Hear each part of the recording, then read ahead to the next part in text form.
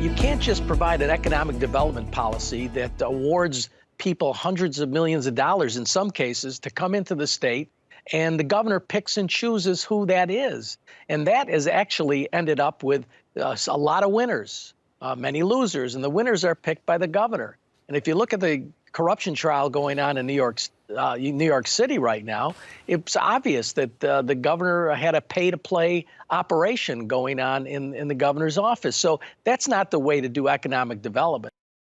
Gubernatorial candidate and Republican Senator John DeFrancisco on the Percoco trial.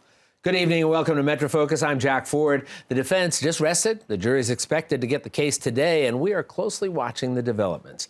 Joseph Percoco was one of Governor Cuomo's top aides, charged with taking more than $300,000 in bribes from companies looking for state contracts in an alleged pay-for-play operation.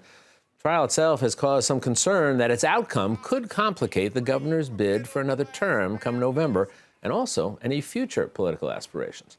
As closing arguments began this week, prosecutors turned their attention to Percoco's emails and to one word in particular. And you might recognize it if you're a fan of the HBO hit series The Sopranos, the word ziti. And no, we're not talking about pasta. So here to dish on these developments is Jennifer Rogers, former federal prosecutor and executive director of the Center for the Advancement of Public Integrity at Columbia Law School. Jennifer, always good to talk with you. Thanks. We'll get to the ziti in a moment, all right? Okay. We'll build a little suspense here for our audience. But let me ask you to just give us a sense again of the nature of the allegations here in this trial. So there are 4 people on trial. It's Joe Percoco, who was the governor's very close aide, and then it's 3 private citizens, people from these firms that allegedly were paying him for favors. So the allegation is that he accepted bribes from these people, and in exchange, he did what's called official actions. He helped them get things they wanted from the state. Real estate development, other projects, that sort of thing. He kind of smoothed the way for them, gave them certain benefits in connection with those deals, and took money for it. So the prosecution puts its case in, takes weeks to do. Unusual at all in this type of case for it to take that long? Well, it depends. In this case, they actually spent a lot of time establishing the money trail. So they went through kind of how these payments happened, how they were hidden. They also spent a lot of time on email communications and other things between the parties, establishing exactly what it was that they were doing. This is where the ziti reference comes in. So it's not surprising it took so long because they were using a lot of documents, and those sorts of things always take time. All right, so let's talk about the ziti reference in the emails and authored by Joseph Percoco.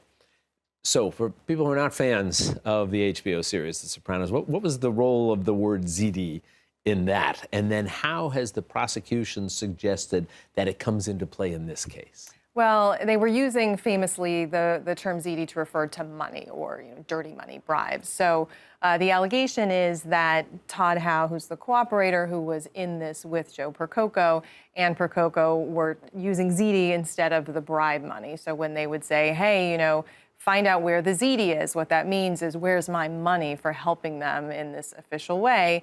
And they were just using it to cover up, and that they got it from The Sopranos. So it was kind of a joke in that sense. Let's talk about the impact on that. You've been a prosecutor. I've been a prosecutor and a defense attorney. We've tried a lot of cases. And you have to deal with jurors' expectations. And a lot of their expectations comes from their exposure to trials on television, in the movies. So here, if I put you in the prosecutor's chair, here, take you back to your prosecutor's days, and you have emails from Joseph Percoco, talking about where's the ziti, how do you play that in the courtroom? How do you use that? Well, it's great for a prosecutor, right? Because usually cases are actually pretty dry in real life. You don't have Especially when we're talking about money trails. The bells and whistles, right? So, you don't have the kind of evidence you have on a CSI with the technical stuff, and you don't usually have the mob references like ziti. So when you do get something like this, it's terrific. I think you use it for all it's worth because the jurors are going to like it. They're going to say, oh, I remember that. That's what the bad guys do in The Sopranos. Like, they actually were doing that here. That makes it kind of exciting. So I think that they were using it for all it was worth because, the jury's going to like it and they're going to remember it. As you know, trials don't always go as smoothly as you'd anticipate them to do. And here, the prosecution hit a significant speed bump when their cooperating witness, as you mentioned, Mr. Howe, who had pled to some charges and in return was cooperating and testifying, all of a sudden, in the middle of the trial, there's a significant bump in the road, let's use that expression, for the prosecution. Explain what happened. So Mr. Howe was on the stand testifying about the crimes that he committed with the defendant, Joe Percoco, and the other defendants, the private sector folks.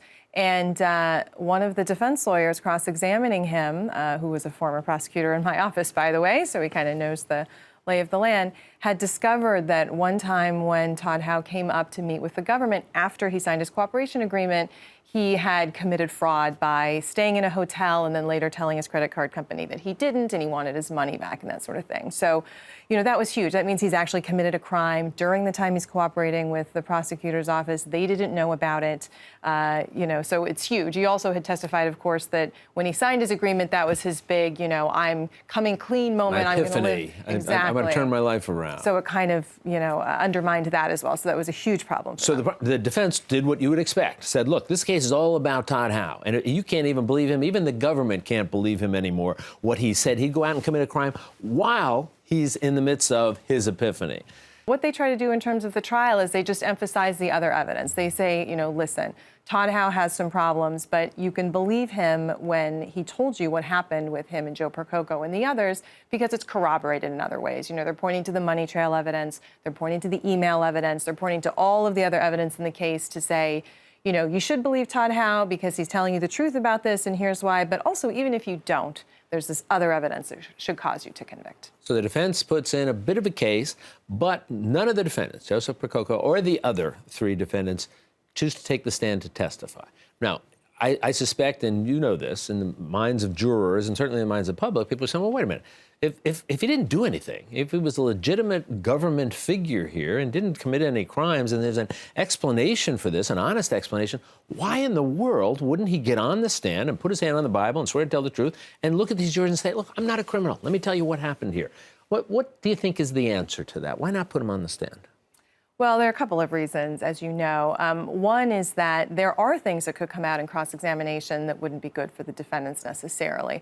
A couple of them are also tied up in the Buffalo Billion scandal, which is going to trial later in the spring. So they could be questioned about that because that's another instance in which it's alleged that they were doing illegal things, with Joe Percoco and others in the government and Todd Howe. The other reason, of course, is that the defendants think that they made a really direct hit on Todd Howe during the trial. So I think that they are kind of calculating, is it worth the risk putting our defendants on the stand when we think that they haven't met the reasonable doubt burden? What would your thoughts be about what this could be suggesting and the impact it could have on the governor going down the road if, and we don't know if there's going to be, and we're not suggesting there should be, but if, in fact, there is a conviction coming out of this? Well, the governor obviously immediately distanced himself from Mr. Percoco when all of this came out, and there's been no evidence that he knew anything about this or, was involved in any way or countenanced it in any way. And in fact, it hurts him. So you would think he would not be happy, actually, to find this out. So I don't think it'll affect him personally, except to the extent that people think, listen, you kind of can be judged by who you surround yourself with, and if he's surrounding himself with people like this, then that does say something about him. I do think one thing about the governor is, he's come out every year claiming that he is for ethics reforms, that he wants to strengthen the enforcement systems, that he wants to stop a kind of a pay-to-play culture. And every year he says that, and every year he doesn't actually put the weight of his office behind those statements. So I do think that he could be doing more, and I do hope that after this trial, people will start to pressure him to actually take action on those. Well, Jennifer, every time you join us, we can see why you're such a good teacher because you explain this so well for us, and we appreciate it. You be well. We'll talk again soon. Thanks, Jack.